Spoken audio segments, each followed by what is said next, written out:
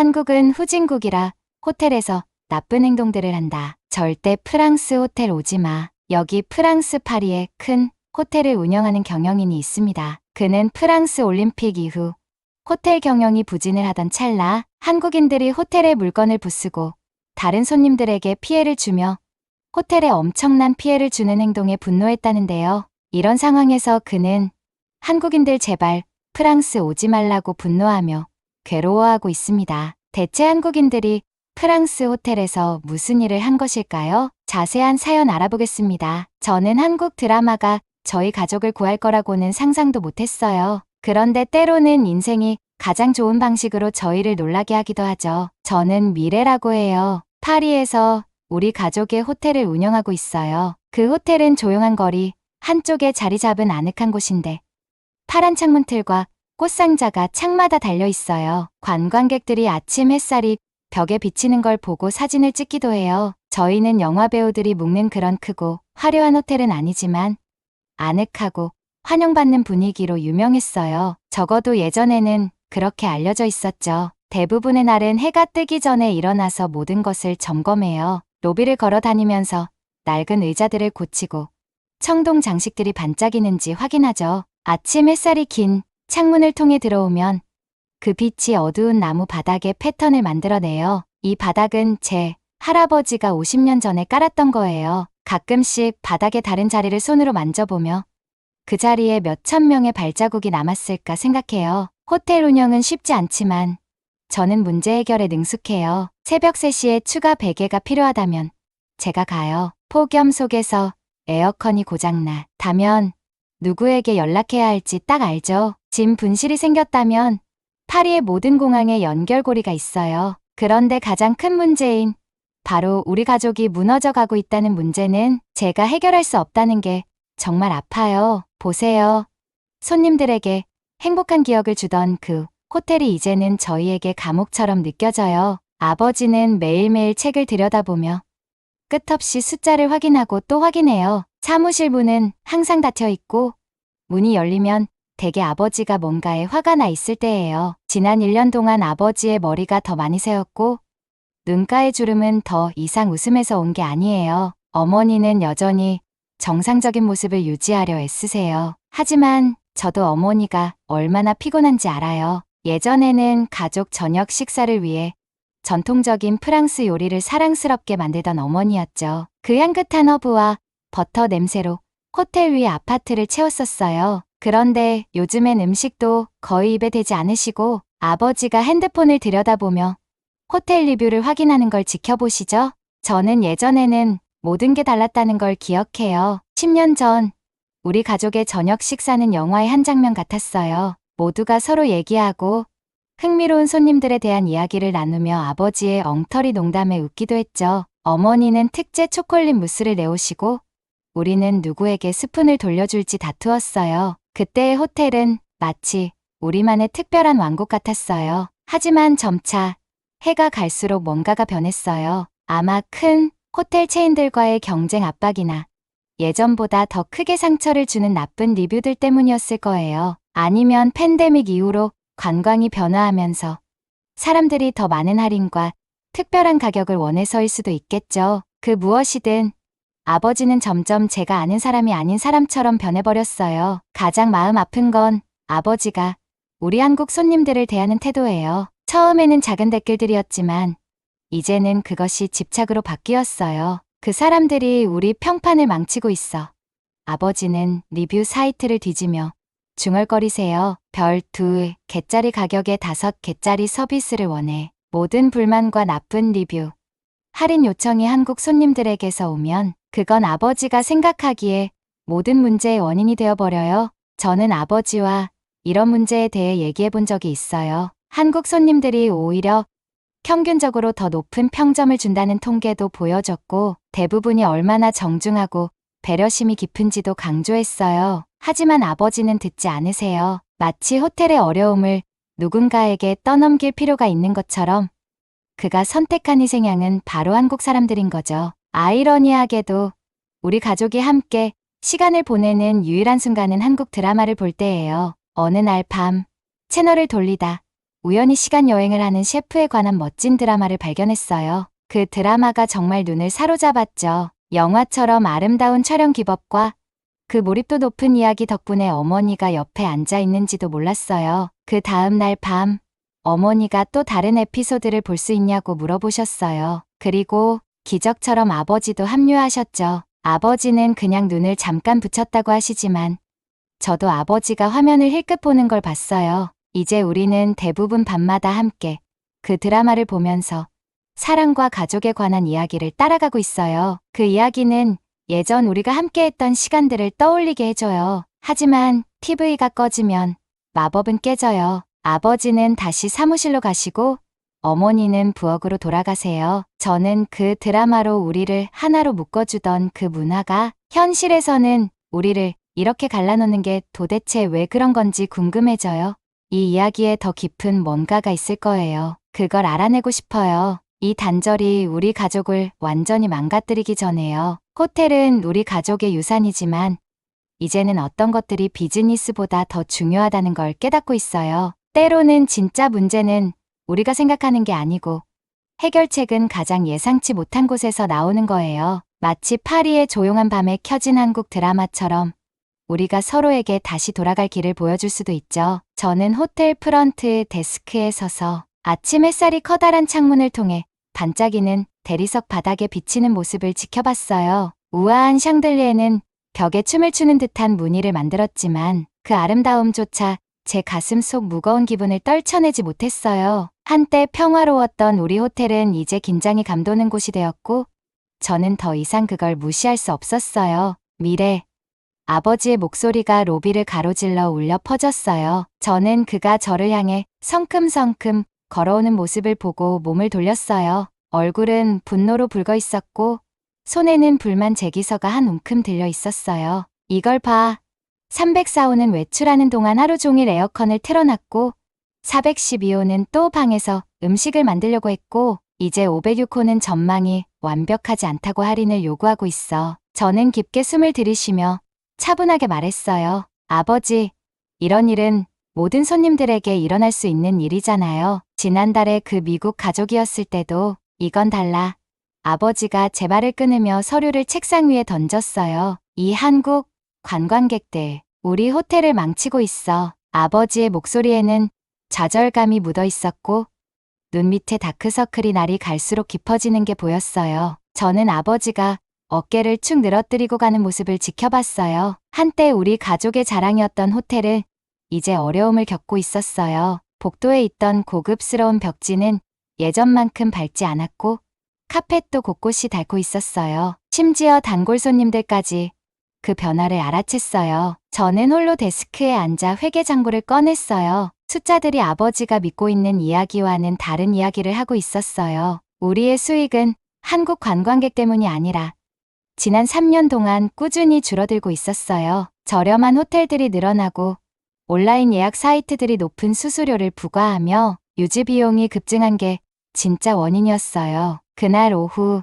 저는 호텔을 돌아다니며 진짜로 새로운 시각으로 바라봤어요. 손님들이 잘 보지 않는 구석에서 페인트가 벗겨져 있었고 한때 깨끗했던 정원에는 자갈길 사이로 잡초가 자라고 있었어요. 청소 직원도 6명에서 4명으로 줄어들었고 이제 그들은 50개의 방을 다 채울 수가 없었어요. 주방에서는 셰프 마리가 오래된 장비로 저녁 준비를 하고 있었어요. 오븐 또 고장 났어요. 미래. 그녀가 이마에 맺힌 땀을 닦으며 말했어요. 그리고 여전히 10년 된 냄비와 팬을 쓰고 있어요. 저는 온도 조절기를 고쳐주며 아버지가 주방 장비를 교체하는 것을 미뤘던 기억이 났어요. 그때 아버지는 항상 음식에 대해 불평하는 관광객들 때문에 재정이 어렵다고 말씀하셨거든요. 저녁이 된 후 저는 작은 사무실에서 여러 웹사이트에 올라온 손님들의 리뷰를 살펴봤어요. 불만은 한국 손님들만의 문제가 아니었어요. 다양한 국적의 사람들 모두 비슷한 불만을 토로했어요. 대부분은 같은 문제를 지적했어요. 느린 와이파이, 오래된 화장실, 일정하지 않은 난방과 냉방. 그때 제 휴대폰이 울렸어요. 제가 다운로드한 한국 드라마 앱에서 알림이 왔어요. 우리가 가족과 함께 보던 드라마가 곧 시작된다는 내용이었어요. 하지만 저는 오늘 밤 부모님과 함께 보러 갈 수가 없었어요. 대신 경쟁 호텔들의 웹사이트를 살펴봤어요. 우리 지역의 다른 호텔들은 이미 스마트룸 제어, 업그레이드된 시설, 더 나은 서비스 등을 제공하고 있었어요. 우리는 뒤처져 있었고 아버지는 그걸 보지 못하고 있었어요. 사무실 창문을 통해 보니 젊은 한국인 부부가 체크인하고 있었어요. 그들은 조용히 예의 바르게 리셉션 직원에게 인사하고 있었어요. 여자는 파리 여행 안내서를 들고 있었고 로비를 둘러보며 설렘 가득한 눈빛을 보였어요. 남편은 정확한 금액을 계산해내며 웃으며 팁을 남겼어요. 아버지는 그들을 한 번도 쳐다보지 않고 지나갔지만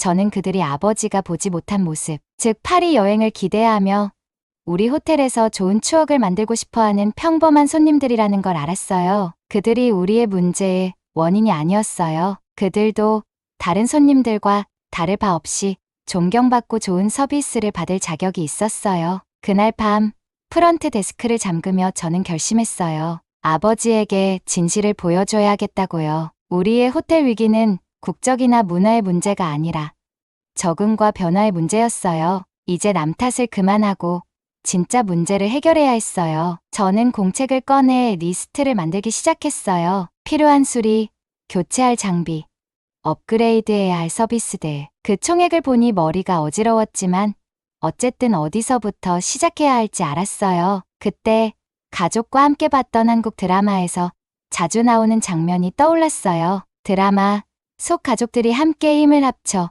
어려움을 극복하는 모습이요. 어쩌면 우리에게도 그런 게 필요했을지도 몰라요. 서로를 비난하는 대신 다시 가족처럼 함께 일하는 거요. 하지만 그 전에 아버지의 눈을 열어줘야 했어요. 그리고 예상보다 그 기회는 금방 찾아오게 될 거란 걸 저는 몰랐어요. 그날 밤 저는 잠을 이룰 수 없었어요. 아버지의 한국 관광객들에 대한 말씀이 머릿속을 맴돌며 속이 뒤틀리는 기분이었어요. 아버지의 불평이 뭔가 이상하게 들렸어요. 몇 시간 동안 뒤척이던 끝에 저는 결심을 했어요. 호텔의 저녁 근무를 맡아서 그 문제들을 직접 확인해 보기로요. 우리 파리 호텔의 로비는 저녁마다 항상 마법처럼 보였어요. 크리스탈 샹들리에에서 나오는 부드러운 황금빛이 윤이 나는 대리석 바닥에 반사되어 모든 것이 빛나고 있었죠. 평소라면 이 풍경이 저를 진정시켜줬을 텐데 오늘은 달랐어요. 저는 로비에서 컴퓨터 시스템에 로그인하면서 손에 땀이 나고 있었어요. 미래 씨, 이게 정말 괜찮으세요?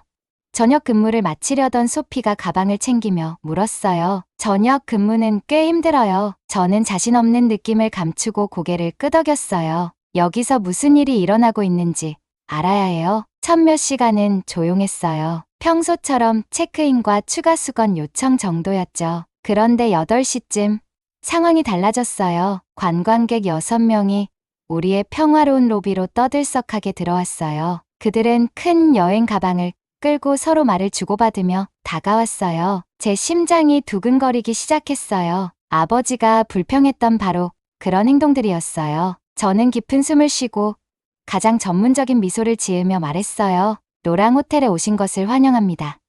제가 프랑스어로 말한 후 그들이 혼란스러워하는 걸 보고 영어로 다시 말했어요. 한 남자가 앞으로 나와 휴대폰을 들고 말했어요. 우리는 한국 관광객이에요.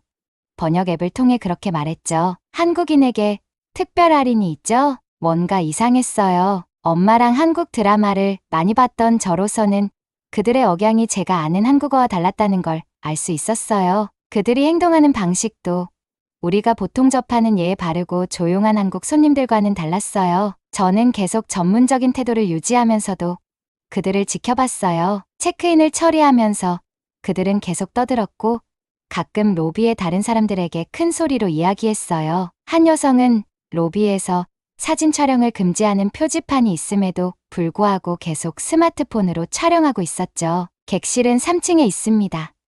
제가 키카드를 건네며 설명했어요. 객실 내에서 요리는 금지되어 있고 10시부터는 조용한 시간이 시작됩니다. 그들은 고개를 빠르게 끄덕였고 키를 받아들고 엘리베이터로 향했어요. 그런데 그들이 짐 카트를 로비 입구에 방치한 것을 보고 깜짝 놀랐어요. 한국 손님들은 보통 다른 사람들을 배려해서 그런 일이 없거든요. 1시간 후 3층에서 소란이 들려왔어요. 야간 경비원장이 제게 전화를 걸었어요. 미래 씨, 상황이 좀 이상해요. 장이 답답해하며 말했어요. 304호와 305호에 새로 체크인한 손님들이 방에서 생선을 요리하고 있어요. 온층에 냄새가 가득하고 다른 손님들이 불평하고 있어요. 저는 장과 함께 3층으로 올라갔어요. 복도의 생선 튀기는 냄새가 가득했어요. 우리가 문을 두드리자 안에서 사람들이 바쁘게 움직이는 소리가 들렸어요. 아마 휴대용 가스레인지를 숨기려는 것 같았죠. 한 남자가 문을 살짝 열며 생선 냄새가 나는 증기를 내보냈어요. 문제 없어요. 문제 없어요. 그가 어설픈 영어로 말했어요. 우리는 한국인. 한국 사람들은 호텔에서 항상 요리해요. 한국에서는 정상이에요. 그때였어요. 그들의 번역 앱이 아직 테이블 위에 켜져 있는 게 보였어요. 문틈으로 그 화면을 보니 화면에 적힌 글자가 전혀 한국어가 아니었어요. 중국어였죠. 한국 드라마에서 자주 봤던 한글과는 확실히 달랐어요. 이들은 한국 관광객이 아니라 한국인인 척하는 중국 관광객들이었어요. 모든 게 순식간에 이해되었어요. 한류 덕분에 한국은 유럽에서 아주 인기 있었어요. 한국 관광객들은 예에 바르고 사업적으로도 좋은 평판을 얻어 특별 대우나 할인을 받곤 했죠. 이들은 그 평판을 이용해 호텔 직원들이 차이를 모르고 한국인 손님이라 착각할 것을 노리고 있었던 거예요. 저는 분노, 안도감, 그리고 아버지가 잘못된 전제에 기반해 이런 편견을 가지고 있다는 사실에 대한 슬픔이 뒤섞였어요. 저는 모든 것을 꼼꼼히 기록했어요. 그들이 번역 앱을 사용한 사진도 몰래 찍고 정책 위반 사항도 빠짐없이 적어두었죠. 사무실로 돌아와서 저는 모든 증거를 정리하기 시작했어요. 손이 떨리면서도 아버지께 보여줄 사실들을 타이핑하고 있었죠. 이 일은 이제 단순히 아버지를 틀렸다고 증명하는 차원이 아니었어요. 한국 관광객들이 불공정하게 비난받지 않도록 이 호텔의 명예를 지키는 일이었어요. 내일 저는 아버지에게 모든 걸 보여줄 거예요. 하지만 지금은 책상 앞에 앉아서 창밖의 파리 불빛을 보며 다가올 대화에 대한 긴장과 결단력을 동시에 느끼고 있었어요. 한 가지는 확실했어요. 이 밤이 지나고 나면 우리 가족의 한국 손님들에 대한 이해는 완전히 달라질 거라는 것. 그날 저녁, 저는 아버지가 서재에 혼자 계실 때까지 사무실에서 기다렸어요. 손이 떨리면서 제 폰으로 찍었던 사진들과 가짜 한국 관광객들에 대해 제가 메모한 내용들을 모았어요. 저는 아버지의 문을 두드렸고 심장이 뛰는 소리가 들렸어요. 들어오세요. 아버지께서 피곤한 목소리로 말씀하셨어요. 아버지는 할아버지께서 쓰시던 그 오래된 책상에 앉아 계셨고 그 주위에는 서류와 영수증들이 쌓여 있었어요. 아버지, 얘기할 게 있어요. 저는 의자를 끌어당기며 말했어요. 지난주에 문제 일으킨 그 한국 관광객들에 대해 중요한 걸 알게 됐어요. 아버지는 이래서 눈을 떼고 코끝에 걸쳐진 안경을 올리셨어요. 미래야, 그게 또 그 사람들을 변호하려는 얘기라면? 아니요. 제발 들어보세요. 제가 끼어들며 사진들을 아버지의 책상 위에 펼쳤어요. 지난주에 문제 일으킨 그 손님들 있죠? 방에서 요리하고 특별 대우를 요구했던 사람들? 사실 그들은 한국 사람이 아니었어요. 한국인인 척했던 거예요. 아버지는 제가 하늘이 초록색이라고 말한 것처럼 저를 쳐다보셨어요. 뭐라고? 그게 말이 돼. 왜 누가 한국인인 척을 하겠어? 저는 제 폰을 꺼내며 비밀리에 찍은 영상을 보여줬어요. 아버지, 이 번역 앱을 보세요. 이 문자들, 한국어가 아니라 중국어예요. 그리고 그들이 말하는 거 들어보세요. 한국어랑 완전히 달라요. 아버지는 안경을 밀어 올리며 제 폰을 더 가까이 들여다보셨어요. 혼란스러운 표정으로 이마에 주름을 잡으셨어요. 그럼 왜 그 사람들이 이런 짓을 한 거지? 요즘 인기가 많아서 그래요. 저는 제 태블릿에서 한국의 한류에 관한 기사들을 보여주며 설명했어요. 한국 드라마, 컵, 한국 음식 전 세계에서 사랑받고 있어요. 그래서 어떤 호텔과 상점들은 한국 관광객들에게 특별 대우를 해요. 왜냐하면 한국인 관광객들이 보통 좋은 고객이기 때문이에요. 그 사람들이 그걸 이용한 거죠. 아버지는 의자에 기대며 머리카락 사이로 손을 쓸어 넘기셨어요. 이건 말도 안 돼. 미래야, 너는 그 한국 드라마를 너무 많이 봤구나. 그게 내 머리를 환상으로 채운 거야. 아버지의 말에 제 얼굴이 화끈 달아올랐어요. 이건 드라마 얘기가 아니에요. 아버지, 이건 사실에 대한 얘기예요. 아버지는 한국 사람을 한 나라 전체를 비난하고 있어요. 그게 어떻게 공평해요? 공평? 아버지의 목소리가 커졌어요. 우리 호텔이 돈을 잃는 게 공평하다고? 손님들이 우리 재산을 존중하지 않는 게 공평하다고? 그게 바로 제 얘기예요. 저는 화가 나서 일어났어요. 그 일을 한 사람들은 한국 사람이 아니에요. 아버지는 잘못된 사람들을 화내고 계세요. 아버지도 일어나며 의자가 바닥에 긁히는 소리가 났어요. 너는 내가 얼마나 큰 압박을 받는지 이해 못해. 미래야, 이 호텔은 우리 가족이 3대째 운영하는 곳이야. 매달 이걸 운영하는 게 점점 더 힘들어져. 나는 누군가를 탓할 필요가 있어. 아니에요. 필요 없어요. 제 목소리가 커져서 저도 놀랐어요. 아버지는 해결책이 필요해요. 희생양이 아니에요. 진짜 문제는 한국 관광객들이 아니라 우리가 관광 산업의 변화에 적응하지 못하고 있다는 거예요. 우리는 과거에 묶여 있어요. 다른 호텔들은 현대화하고 있는데 아버지의 얼굴이 빨개졌어요. 그래서 이제 내가 내 호텔도 제대로 운영 못한다는 거야? 그게 아니라 저는 심호흡을 하며 차분히 말했어요. 제가 말하는 건 이제 남을 탓할 게 아니라 문제의 본질을 봐야 한다는 거예요. 그리고 아버지의 한국인에 대한 편견? 그게 진짜 문제로 커졌어요. 편견? 아버지가 비웃으셨어요. 난 현실적인 거야. 그 순간 제 안에서 무언가가 끊어졌어요. 그동안 아버지가 사람들을 불공평하게 판단하는 걸 지켜보며 느꼈던 답답함과 우리 가족이 멀어져가는 아픔이 모두 터져 나왔어요. 아니에요. 아버지는 고집이셔요. 현실적이라면 우리 지금 당장 한국 가요. 같이 가요. 지금 바로. 저는 그 말을 내뱉고 나서 공기가 얼어붙은 것처럼 느껴졌어요. 아버지는 놀란 눈으로 저를 쳐다보셨어요. 뭐라고? 아버지, 들으셨죠?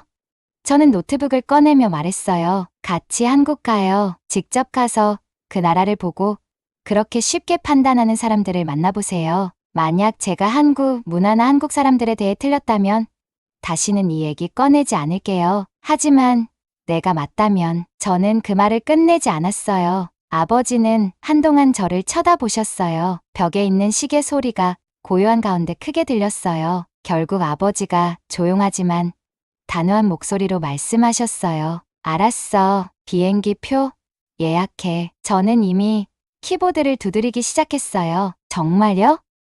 정말. 아버지는 다시 의자에 앉으셨어요. 내가 맞다는 걸 보여줄 수만 있다면 그렇게 하자. 저는 웃음을 참으며 서울행 비행기 표를 찾았어요. 왜냐하면 제 마음 깊은 곳에서는 이 여행이 모든 것을 바꿀 거라는 걸 알고 있었어요. 아버지의 한국에 대한 생각만 바뀌는 게 아니라 어쩌면 우리의 관계도 바뀔 거라는 느낌이 들었어요. 지금 예약 버튼을 클릭하면서 우리는 단지 누가 옳고 그른지를 증명하는 여행이 아니라 훨씬 더 중요한 여정을 시작하는 거라고 느꼈어요. 그날 밤 침대에 누워 잠이 오지 않았어요. 아버지, 한국, 우리 호텔, 가족에 대해 생각했어요. 내일은 여행 계획을 세울 거예요. 아버지에게 진짜 한국을 보여줄 거예요. 아버지가 만든 한국이 아니라 제가 드라마와 연구를 통해 사랑하게 된 그 나라를요. 그리고 아마도 이 여행이 우리 사이에 벌어진 간극을 조금이나마 치유할 수 있을 거라고 그런 생각을 했어요. 서울까지 가는 비행기는 12시간이 걸렸지만 정말 시간이 길게 느껴졌어요. 아빠는 비행기 창밖을 바라보며 평소에 자신감 넘치는 표정이 사라지고 제가 본 적 없는 불안한 표정이 나타났어요. 비행기가 구름을 뚫고 내려가자 서울의 광활한 도시가 아래에 펼쳐졌고 저녁 무렵에 불빛들이 반짝였어요. 이렇게 크구나.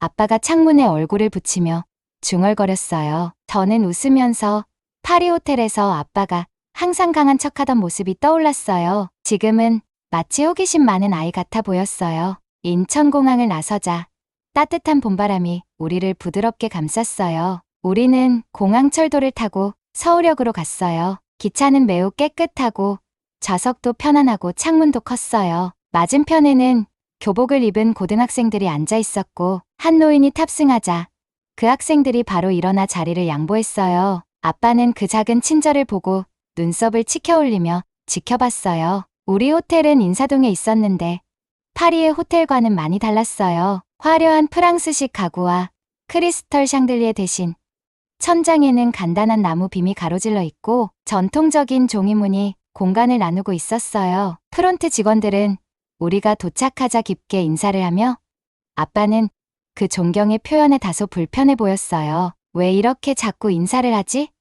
아빠가 저에게 속삭였어요. 이건 그들의 예의 표현이에요. 제가 설명했어요. 한국 문화에서는 다른 사람을 존중하는 게 아주 중요하거든요. 그날 저녁 우리는 인사동의 주요 거리를 걸었어요. 좁은 골목마다 전통 공예품을 파는 가게들, 찻집들, 그리고 길거리 음식 장수들이 있었어요. 맛있는 냄새가 공기 속에 가득했어요. 구운 옥수수, 달콤한 팬케이크, 매운 떡볶이. 아빠의 배가 크게 고팠는지 근처에 있던 어린이들이 그 소리를 듣고 웃었어요. 길거리 음식 좀 먹어볼까? 제가 길에 있는 한 장터를 가리키며 물었어요. 한 할머니가 호떡을 튀기고 있었거든요. 아빠는 잠시 망설이다가 고개를 끄덕였어요. 그 할머니는 우리에게 따뜻하게 미소 지으며 빠르게 한국어로 말을 했어요. 우리는 그녀의 말을 이해할 수는 없었지만 그녀의 부드러운 손짓에서 음식에 대한 자부심을 느낄 수 있었어요. 아빠가 첫 입을 먹었을 때 눈이 크게 떠졌어요. 이거 정말 맛있다. 아빠가 인정하며 한 입에 호떡을 3번에 나눠 먹었어요. 다음 날 아침 우리는 경복궁을 방문했어요. 거대한 문을 지나가자 아빠는 갑자기 걸음을 멈췄어요. 넓은 정원이 펼쳐졌고 그 주변으로 곡선 지붕을 가진 건물들이 있었어요. 정통 궁궐 복장을 입은 경비들이 경례를 하며 서 있었고 그들의 의식적인 무기는 아침 햇살에 반짝였어요. 이 궁은 600년이 넘었어. 제가 가이드북을 보며 말했어요. 1395년에 서울이 한반도의 수도가 되었을 때 지어진 거야. 아빠는 하나의 고목 기둥을 손끝으로 따라가며 말했어요. 파리의 우리 호텔은 겨우 200년 된 건데. 아빠가 낮은 목소리로 말했어요. 우린 그게 고대 건물이라고 생각했는데 우리는 무료 영어 투어에 참여했어요. 그곳을 안내해준 젊은 한국인 가이드 민지가 한국 역사에 대해 열정적으로 설명했어요. 심지어 아빠도 궁전의 건축과 왕실의 관습에 대해 질문을 하며 관심을 보였어요. 민지가 궁이 여러 번 침략으로 불타면서도 다시 재건되었다고 설명했을 때 아빠의 표정에서 무언가 변하는 걸 느꼈어요. 한국 사람들은 정말 대단한 회복력을 가지고 있어요. 민지가 자랑스럽게 말했어요. 우리는 전통을 지키면서도 앞으로 나아가고 있어요. 궁을 둘러본 후 우리는 북촌 한옥마을로 걸어갔어요. 그곳에는 전통적인 한국 집들이 좁은 골목을 따라 이어졌어요. 한옥들은 여름에는 시원하고 겨울에는 따뜻하게 지낼 수 있도록 지어진 예쁜 곡선, 지붕과 작은 앞마당을 가지고 있었어요. 많은 집들이 아직도 사람들이 살고 있었고 몇몇은 박물관이나 찻집, 문화센터로 바뀌었어요. 한 찻집에서 우리는 김 할머니라는 노인을 만났어요. 김 할머니는 50년 동안 한옥에서 살았다고 하셨어요. 할머니는 작은 청자 차잔에 전통 녹차를 우려내어 우리에게 주셨어요. 우리가 어떻게 그 차잔을 잡아야 하는지 보여주셨는데 프랑스어나 영어는 잘 모르셨지만 따뜻한 미소와 부드러운 손길이 말보다 더 많은 걸 전달해 주었어요. 할머니가 제 할머니 같아요. 아빠가 갑자기 말했어요. 목소리가 부드럽고 기억 속에서 떠오른 듯한 느낌이었어요. 해가 저물어갈 무렵 우리는 마을의 작은 언덕에 올라갔어요. 그곳에서 본 풍경은 숨이 막힐 정도로 아름다웠어요. 현대적인 고층 빌딩들이 전통적인 기와 지붕 뒤로 솟아 있었고 옛것과 새것이 조화를 이루는 멋진 대비를 이루고 있었어요. 저녁 공기 속에는 사찰의 종소리와 멀리서 들려오는 도시의 소음이 섞여 있었어요. 난 몰랐어. 아빠가 우리 사이에 긴 침묵을 깨며 말했어요. 한국이 이렇게 멋질 줄은 몰랐어. 그날 밤 호텔로 돌아가는 길에 우리는 길을 잃은 외국인을 도와주는 젊은 한국인들을 지나쳤어요. 그들은 길을 알려주는 것만으로 끝나지 않고 그 외국인을 목적지까지 데려다주며 함께 이야기하고 웃었어요. 아빠는 그 장면을 지켜보며 이 현실과 이전에 가졌던 생각을 맞추려는 듯 고개를 살짝 저었어요. 그날은 이렇게 작고 소중한 순간들이 가득했어요. 그 순간들이 점점 아빠의 시각을 바꿔가고 있었어요. 내일은 새로운 모험과 새로운 이해가 기다리고 있었고 아빠의 편견이 치유되는 또 다른 한 걸음을 내디딜 수 있기를 바랐어요. 서울의 호텔 창문으로 아침 햇살이 쏟아져 들어오며 방을 부드러운 금빛으로 물들였어요. 아버지께서 작은 책상에 앉아 여행 일기를 쓰고 계시는 모습을 보았어요. 아버지께서 그런 모습을 보인 건 몇 년 만이었어요. 아버지 얼굴이 예전과 달리 부드러워 보였어요. 평소에 이마에 깊게 자리 잡았던 걱정의 주름이 조금씩 사라진 것 같았어요. 미래야, 아버지께서 노트에서 눈을 떼며 말씀하셨어요. 너에게 할 말이 있어. 저는 침대 끝에 앉아 심장이 빨리 뛰는 걸 느꼈어요. 파리에서 호텔을 운영하면서 아버지께서 이렇게 부드러운 목소리로 말씀하신 적은 거의 없었어요. 내가 잘못했어. 아버지께서 속삭이듯 말씀하셨어요. 모든 걸 잘못 생각했어. 어제 궁에서 그 투어 가이드가 우리에게 말한 걸 계속 생각했어.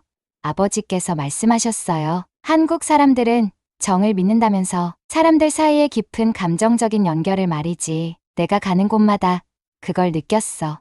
미래야, 식당 주인님이 우리를 가족처럼 대해주셨던 것처럼 저는 고개를 끄덕였어요. 그들은 단순히 손님을 대하는 게 아니라 진심으로 손님을 맞이하는 거야. 나는 몇몇 나쁜 경험들로 내 판단이 흐려졌어. 한국이 아닌 다른 관광객들의 행동 때문에 한 나라 전체를 잘못 판단했어. 우리가 차갑게 대했던 진짜 한국 손님들을 얼마나 돌려보냈을까? 내 편견 때문에 놓친 인연들이 얼마나 많았을까? 다시 창밖을 보며 아버지께서 길을 건너는 학생들 무리를 가리키셨어요. 학생들의 가방이 뛰며 흔들리던 모습이었죠. 이 사람들은 교육, 존경, 노력의 가치를 소중히 여겨 가족과 전통을 기리면서도 혁신을 포용해. 거리는 깨끗하고 대중교통은 정확히 운영돼. 기술은 세계를 이끌고 있지. 그런데도 그들은 낯선 사람을 도와주고 어른들에게 고개를 숙여. 저는 눈물이 맺히는 걸 느끼며 아버지께서 저를 바라보시는 걸 봤어요. 파리로 돌아가면 아버지께서 말씀하셨어요. 우리 호텔은 달라질 거야. 여기서 배운 걸 바탕으로 모든 손님에게 진심으로 따뜻하게 인사할 거야. 정을 우리만의 방식으로 만들 거야. 아버지께서 다가오셔서 제 손을 잡아주셨어요. 고마워. 미래야. 아버지께서 부드럽게 말씀하셨어요. 날 여기로 데려와줘서 고마워. 보게 해줘서 고마워. 때로는 수천 마일을 여행해야만 그동안 바로 앞에 있던 것을 깨닫게 돼. 창밖에서 아침 햇살은 계속해서 서울 위로 떠오르며 세상을 밝히고 있어요. 우리는 이번 서울 여행을 절대 잊지 못할 거예요. 우리가 그리고 우리의 소중한 호텔이 다시 부활을 할 수 있게 도움을 준 여행이었으니까요. 그리고 이 경험을 바탕으로 앞으로 우루를 방문하는 모든 고객께 최선을 다할 준비도 되었습니다.